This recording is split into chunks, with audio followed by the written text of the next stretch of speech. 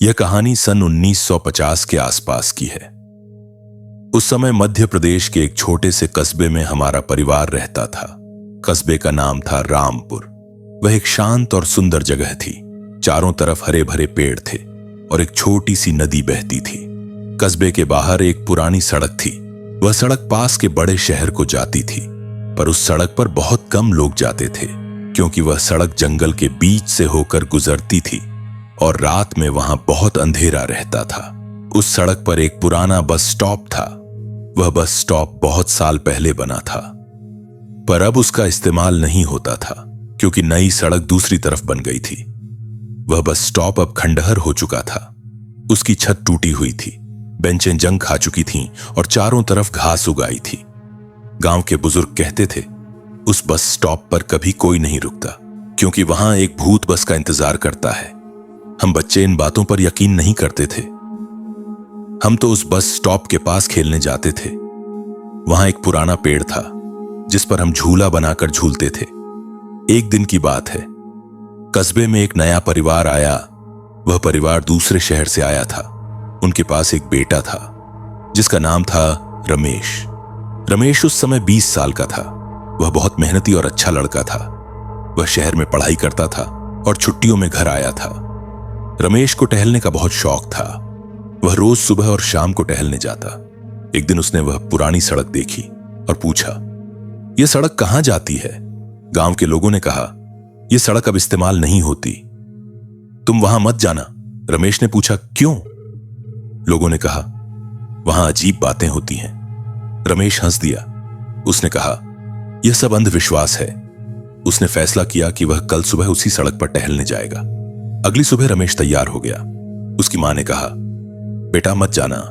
रमेश ने कहा, चिंता मत करो मां, मैं जल्दी वापस आ जाऊंगा। वह सुबह 5 बजे घर से निकला। हवा में ठंडक थी और पक्षी चहचहा रहे थे। रमेश पुरानी सड़क पर चल पड़ा। सड़क के दोनों तरफ घने पेड़ थे। सूरज की रोशनी बमुश्किल जमीन तक पहुंच पाती थी। रमेश आगे बढ़ता गया। करीब आधा किलोमीटर चलने के बाद उसे वह पुराना बस स्टॉप दिखाई दिया। वह बस स्टॉप बहुत ही उदास लग रहा था। रमेश ने सोचा, चलो वहां बैठकर थोड़ा आराम कर लेते हैं। वह बस स्टॉप के पास पहुंचा। तभी उसने देखा, बस स्टॉप की बेंच पर कोई बैठा हुआ है। रमेश ने देखा कि बेंच पर एक बूढ़ा आदमी बैठा है। वह सफेद कुर्ता पाजामा पहने हुए था और एक छड़ी पकड़े हुए था। बूढ़े आदमी की आंखें बंद थीं, जैसे वह ध्यान कर रहा हो। रमेश ने पास जाकर पूछा, नमस्ते बाबा जी। बूढ़े आदमी ने आंखें खोली और रमेश की तरफ देखा। उसकी आंखें बहुत गहरी और उदास थीं। उसने कहा, बेटा तुम यहां क्या कर रहे हो? रमेश ने कहा, मैं टहलने आया हूं। बूढ़े आदमी ने कहा, यह जगह टहलने के लिए नहीं है, तुम जल्दी यहां से चले जाओ। रमेश ने पूछा, क्यों बाबा जी? बूढ़े आदमी ने कहा, क्योंकि यहां की बस जल्दी आने वाली है। रमेश ने हैरानी से कहा, यहां तो बस आती ही नहीं, यह बस स्टॉप तो बंद हो चुका है। बूढ़े आदमी ने मुस्कुराया, बेटा यह बस स्टॉप कभी बंद नहीं होता, बस समय बदल जाता है। यह कहकर बूढ़े आदमी ने फिर आंखें बंद कर ली। रमेश को लगा कि यह बूढ़ा आदमी पागल है। उसने वहां से चलने का फैसला किया। जाते जाते उसने पीछे मुड़कर देखा। बूढ़ा आदमी वहीं बैठा था, पर अब उसके साथ बेंच पर 2 और लोग बैठे थे, एक औरत और एक बच्चा। रमेश को अजीब लगा, क्योंकि वह औरत और बच्चा पहले वहां नहीं थे। वह कहां से आ गए? रमेश ने सोचा, शायद वह लोग पीछे से आए होंगे। उसने ध्यान नहीं दिया और घर वापस चला गया। उस दिन शाम को रमेश ने गांव के लोगों से पूछा, उस पुराने बस स्टॉप पर एक बूढ़ा आदमी रहता है क्या? लोगों ने हैरानी से कहा, नहीं, वहां तो कोई नहीं रहता, वह जगह सुनसान है। रमेश ने बूढ़े आदमी के बारे में बताया। लोग चुप हो गए। फिर एक बुजुर्ग ने कहा, वह कोई आदमी नहीं था, वह तो वहीं का रहने वाला है। रमेश ने पूछा, क्या मतलब? बुजुर्ग ने कहा, वह बूढ़ा आदमी 25 साल पहले मर चुका है। उसकी बस दुर्घटना उसी सड़क पर हुई थी। रमेश का खून सूख गया। उसने कहा, पर मैंने उसे देखा, वह बिल्कुल जिंदा लग रहा था। बुजुर्ग ने कहा, वह जिंदा नहीं है, वह बस का इंतजार कर रहा है ताकि अपना आखिरी सफर पूरा कर सके।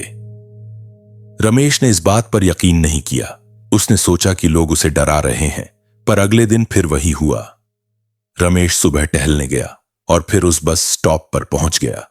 इस बार वहां कोई नहीं था। रमेश ने बेंच पर बैठकर आराम करने का फैसला किया। तभी उसने एक आवाज सुनी, बच्चे के रोने की आवाज। आवाज पीछे के पेड़ों से आ रही थी। रमेश उठा और आवाज की तरफ चला। पेड़ों के पीछे कुछ नहीं था, पर रोने की आवाज अब भी आ रही थी। फिर अचानक आवाज बदल गई। अब वह औरत के रोने की आवाज थी। रमेश डर गया। वह वहां से भागना चाहता था, पर उसके पैर जमीन में जड़ हो गए। तभी उसने देखा, बस स्टॉप पर फिर वह बूढ़ा आदमी बैठा है और इस बार वह रमेश की तरफ देख रहा है। उसकी आंखों में एक अजीब सी मुस्कान थी। रमेश ने हिम्मत करके पूछा, आप कौन हैं? बूढ़े आदमी ने कहा, मैं वह हूं जो तुम्हारा इंतजार कर रहा था। रमेश ने पूछा, मेरा इंतजार? बूढ़े आदमी ने कहा, हां, मैं 25 साल से इस बस का इंतजार कर रहा हूं, पर बस कभी नहीं आती क्योंकि मेरा टिकट अधूरा है। रमेश समझ नहीं पा रहा था। उसने कहा, मैं कुछ समझा नहीं। बूढ़े आदमी ने कहानी शुरू की, मेरा नाम है ठाकुर दीनानाथ सिंह।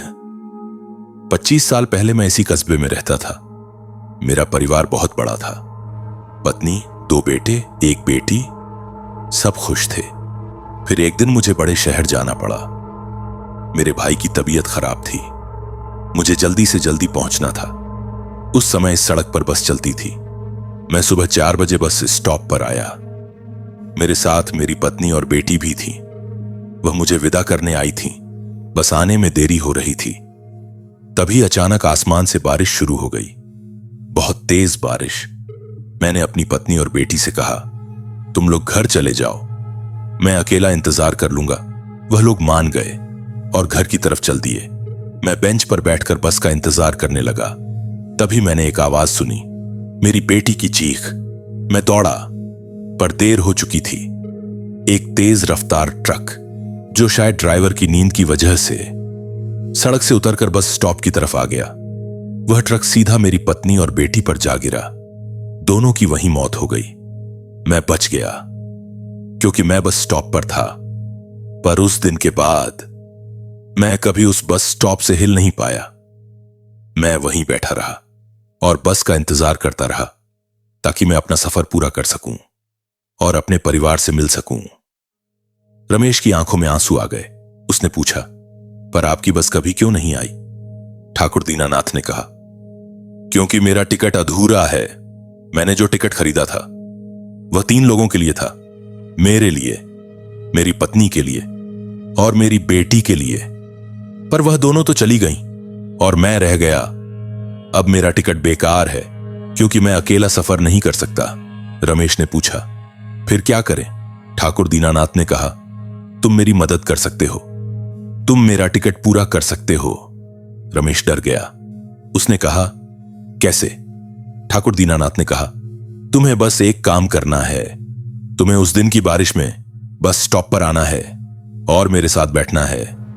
जब बस आएगी तो तुम मुझे बस में चढ़ा देना और मेरा टिकट कंडक्टर को दे देना। रमेश ने कहा, पर बस तो आती ही नहीं। ठाकुर दीनानाथ ने मुस्कुराया, बस आती है, बस तुम्हें दिखाई नहीं देती क्योंकि तुम उसके यात्री नहीं हो। रमेश ने हां कह दी। वह नहीं जानता था कि वह क्या कर रहा है। उसे बस इस बूढ़े आदमी पर दया आ रही थी, जो 25 साल से अपने परिवार का इंतजार कर रहा था। उसने कहा, मैं आपकी मदद करूंगा। ठाकुर दीनानाथ ने खुशी से कहा, धन्यवाद बेटा, कल सुबह 4 बजे बारिश में यहीं मिलेंगे। इतना कहकर वह गायब हो गया। रमेश अकेला खड़ा रह गया। उसके मन में कई सवाल थे। क्या यह सच था या फिर उसका दिमाग उसे धोखा दे रहा था? वह नहीं जानता था। रमेश घर आया और सब कुछ बताया। सब लोग डर गए। उसके माता पिता ने कहा, तुम कल वहां मत जाना, यह बहुत खतरनाक है। पर रमेश ने कहा, मैंने वादा किया है, मैं उस बूढ़े आदमी की मदद करूंगा। रात को रमेश सो नहीं पाया। उसके मन में डर था, पर साथ ही एक अजीब सी जिज्ञासा भी थी। वह जानना चाहता था, क्या सचमुच बस आएगी? सुबह 3 बजे रमेश उठ गया।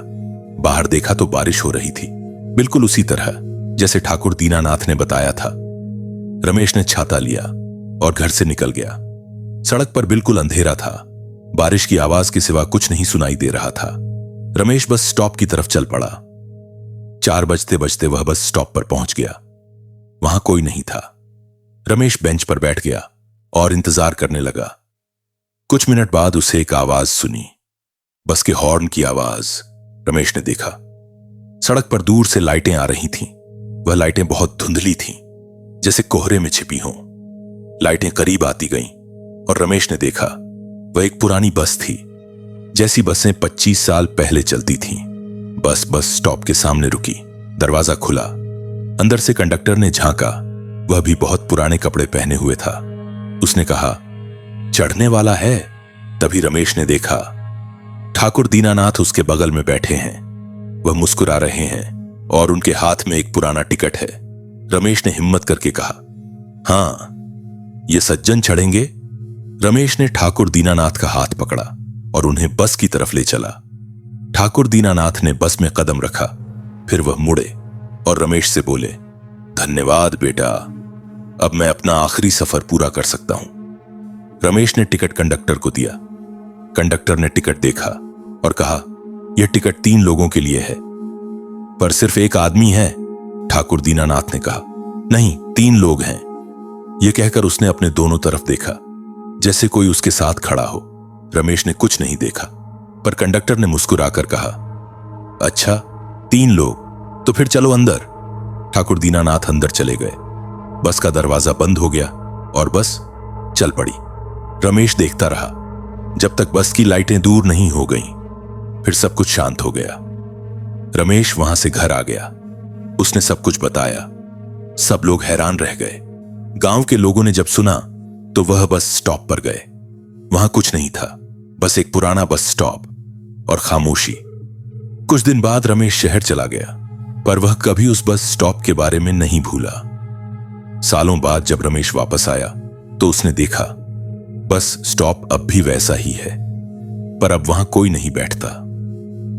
एक बार रमेश ने गांव के बच्चों से पूछा, क्या तुम लोग इस बस स्टॉप पर खेलते हो? बच्चों ने कहा, नहीं, हम यहां नहीं खेलते, क्योंकि यहां एक बूढ़ा आदमी बैठता है और वह हमें डांटता है। रमेश ने पूछा, क्या वह बूढ़ा आदमी अभी भी यहां है? बच्चों ने कहा, हां, वह रोज सुबह यहां बैठता है और बस का इंतजार करता है। रमेश चुप हो गया।